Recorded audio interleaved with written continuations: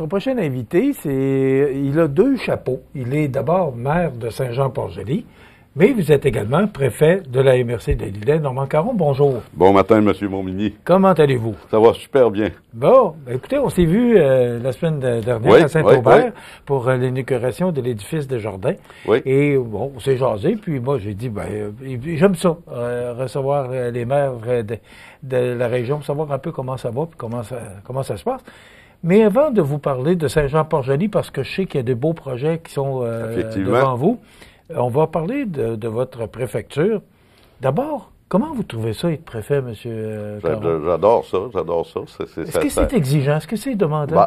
C'est sûr et certain que c'est exigeant au niveau temps. Il y a de la représentation. C'est sûr et certain qu'il y a des gens au niveau... Ça nous donne une vision régionale de notre MRC et on n'aura pas le choix dans les années futures, si on veut assurer la survie de nos municipalités. Il va falloir avoir un langage beaucoup plus régional pour se doter des services qui répondent aux besoins des municipalités futures aussi. Est-ce que je dois entendre le mot fusion? Est-ce qu'on s'en va là, M. Caron? Moi, je dis que oui, il faut s'en aller vers là pour, s'assurer d'avoir les compétences nécessaires pour faire la gestion de nos municipalités. De plus en plus, pénurie de main-d'œuvre oblige, on a de la difficulté à recruter. Donc, en fusionnant tout au moins des services au niveau des municipalités, on va s'assurer d'avoir une permanence au niveau de nos gestionnaires beaucoup plus sécuritaire et justement arrêter d'aller constamment en appel de candidature pour combler des postes, puis assurer le maintien des services, puis la compétence aussi. C'est ça qui est important. On sait que le gouvernement pèle de plus en plus ses responsabilités dans la cour des municipalités, les villes, les municipalités. C'est une réalité, là. C'est une réalité. Un exemple là-dessus... on a fait un projet il y a quelques années à Saint-Jean-Port-Joli, il y a 3 ans, Saint-Jean-Port-Joli, une réfection de rue. C'est un projet de 3 600 000. Et ça a pris presque 1 an de reddition de comptes pour obtenir la subvention gouvernementale. Alors, pendant ce temps-là, il faut que la municipalité emprunte puis paye des intérêts. On paye des intérêts.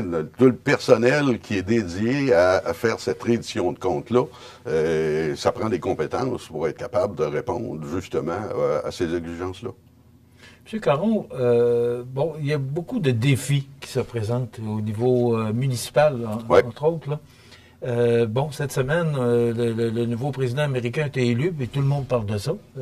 Puis le 1er février, là, il y a le 1er avril aussi, là, parce que là, il a commencé à dire qu'on va attendre les analyses. Mais en tout cas, que ce soit le 1er février ou le 1er avril, on parle de 25 d'augmentation des tarifs douaniers.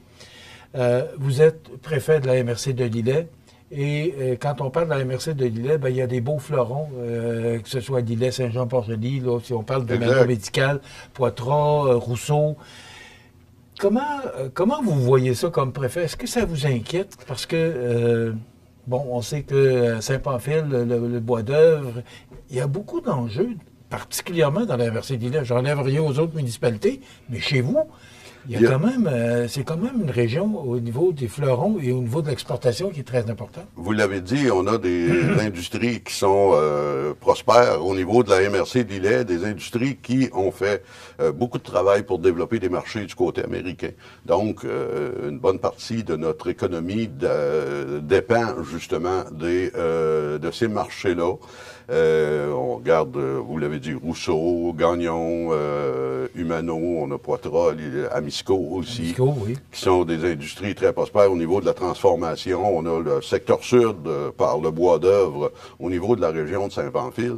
Donc, ces industries-là dépendent beaucoup du marché américain. Donc, si on rajoute justement un frein à ces exportations-là, tout va s'en suivre au niveau de notre économie, perte d'emploi, perte de contrat. C'est très inquiétant au niveau de la MRC de Lillet, je vous dirais. On sait que M. Trump est un fin négociateur, donc il peut nous pousser au mur pour réagir trop vite. Donc, il faut qu'on prenne le temps, justement, d'analyser, puis les ripostes peuvent être nécessaires à ce moment-là. Est-ce que les employeurs, parce que vous quand même vous sillonnez toute la MRC là, pour différentes occasions, ouais. Est-ce que les employeurs déjà vous ont fait part de leurs inquiétudes? Pas nécessairement. C'est que les employeurs, avec prudence, regardent tout ça de loin, puis il y a des plans qui doivent se préparer. Je suis convaincu au niveau de ces entreprises-là pour justement être capable de parer à cette menace-là. Mais on n'a pas senti encore là un vent de panique là, qui s'installe au niveau de notre MRC, au niveau de ces industriels-là. M. Caron, quand on s'est rencontrés la semaine dernière, vous m'avez parlé du développement du parc industriel. Et là, on parle de tarifs douaniers, on parle d'inquiétude des entreprises du développement industriel. Et là, vous me parlez que vous êtes, pour vous, dans le futur, c'est le développement du parc industriel de Saint-Jean-Port-Joli, qui est quand même bien positionné. Est-ce que... Comment vous voyez ça? Les démarches sont entreprises depuis maintenant tout ce qui est de l'exclusion de la zone, les demandes d'exclusion de la zone agricole, c'est des dossiers régionaux. Donc, il faut que ça soit analysé à la grandeur de la région de la MRC d'Île-et-Puis. Et ça prend du temps, donc on a un dossier qui est déjà en marche depuis 3 ans avec la MRC, puis qu'on va avoir prochainement là, les conclusions et le dépôt. Il va se faire au niveau de la commission pour des demandes d'exclusion. Donc, la somme de travail que ça représente, on peut pas l'arrêter. On peut pas l'arrêter. La deuxième phase de notre parc industriel, qu'on a appelé Jean-Marie Gagnon, est presque pleine. Donc, il y a quand même d'autres industries qui œuvrent au niveau local où la conjoncture qui se prépare au niveau des États-Unis influence beaucoup moins leur activité. Donc, il faut parer à l'installation de ces petites entreprises-là qui nourrissent quand même bien le milieu aussi, là. Donc, ce qu'on comprend, c'est qu'il y aurait une 3e phase pour le parc industriel. C'est un agrandissement du parc industriel actuel, Jean-Marie Gagnon, qui est demandé au niveau de la Commission de protection du territoire agricole pour donner quelques terrains supplémentaires. Est-ce qu'il y a de la sollicitation qui se fait par rapport à Parce que quand on pense à agrandir, quand on connaît les coûts qui se rapportent à un agrandissement de ce genre-là, c'est parce que probablement que vous avez une boule de cristal. Est-ce que... La position de Saint-Jean-Port-Joli, quand même, sur l'accès à l'autoroute 20, facilité au niveau des transports, a fait en sorte que le parc industriel Jean-Marie Gagnon s'est presque empli dans le temps de le dire. Là, on parle de 5-6 ans où la vente totale des terrains s'est faite. Donc, on a un côté attractif qui fait en sorte que les industries nous considèrent beaucoup au niveau de l'établissement de leur industrie.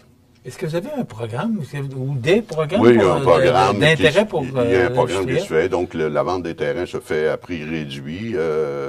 On absorbe, Saint-Jean-Port-Joli absorbe environ la moitié des coûts d'installation des infrastructures au niveau du parc industriel. Donc, c'est un prix quand même très raisonnable au niveau de la vente des terrains.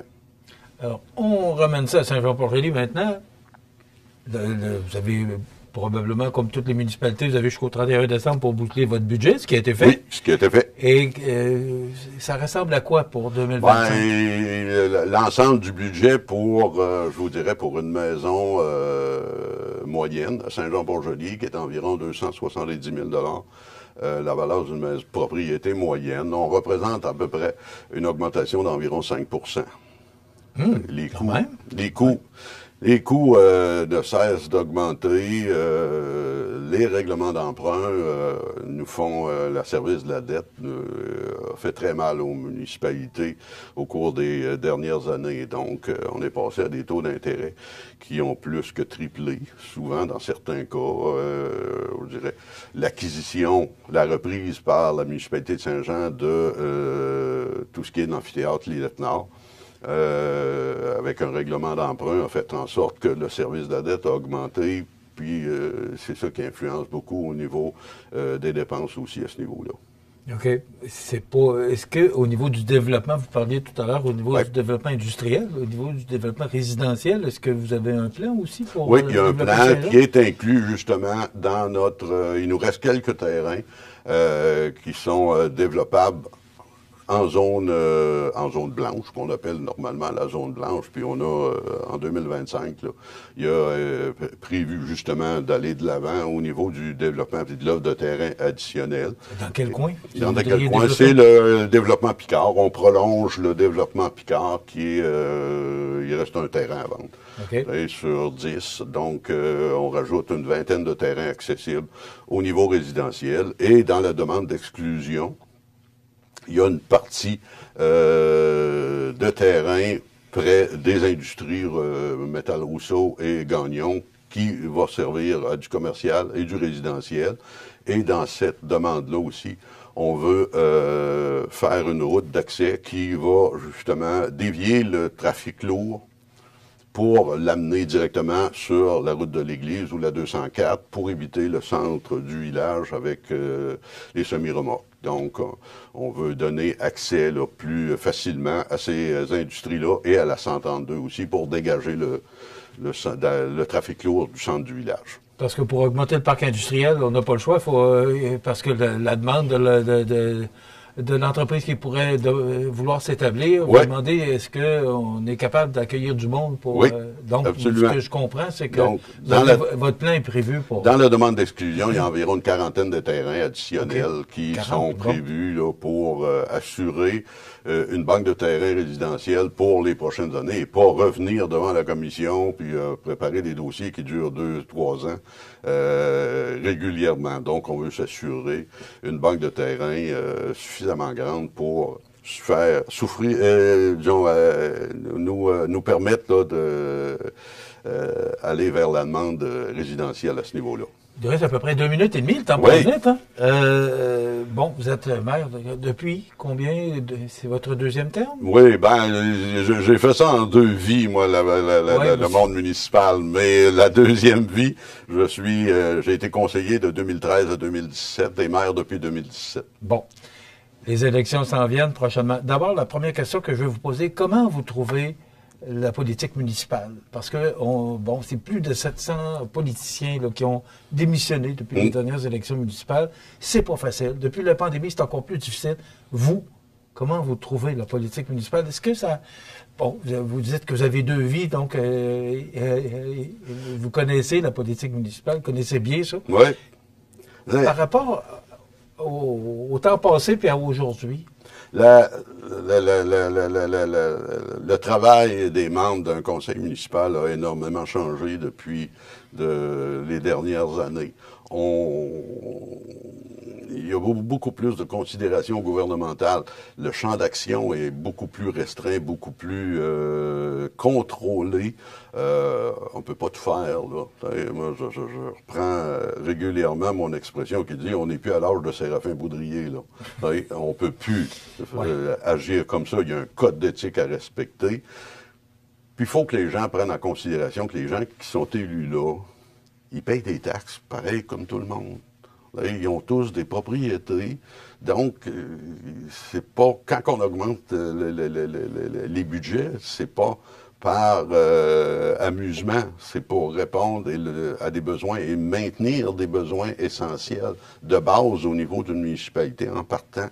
Donc, ces gens-là travaillent justement pour être capables de minimiser l'effet sur le fardeau fiscal des citoyens, mais il faut maintenir nos services. C'est de plus en plus, je vous dirais, difficile de joindre ces deux. Est-ce que les citoyens ont la mèche plus courte, M. Caron? Beaucoup.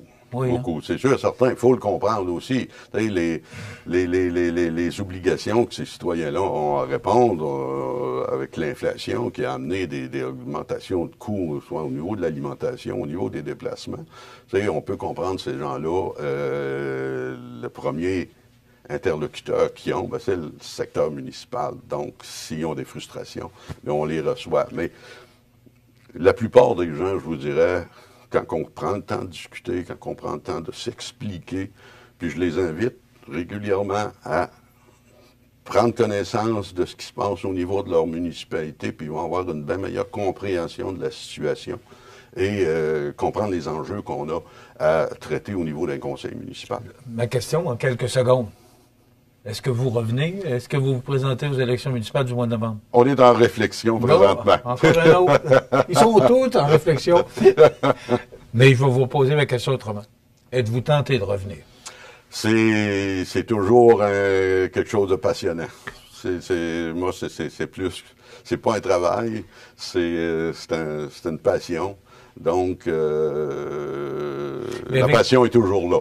Avec toutes les raisons que vous avez expliquées, il faut être passionné. Il faut être passionné. Merci beaucoup d'avoir été avec nous, Ça m'a fait plaisir. On va vous souhaiter une bonne et heureuse année. À vous aussi, à tous vos auditeurs. Merci beaucoup. Normand Caron, qui est maire de Saint-Jean-Port-Joli et également préfet de la MRC de l'Île.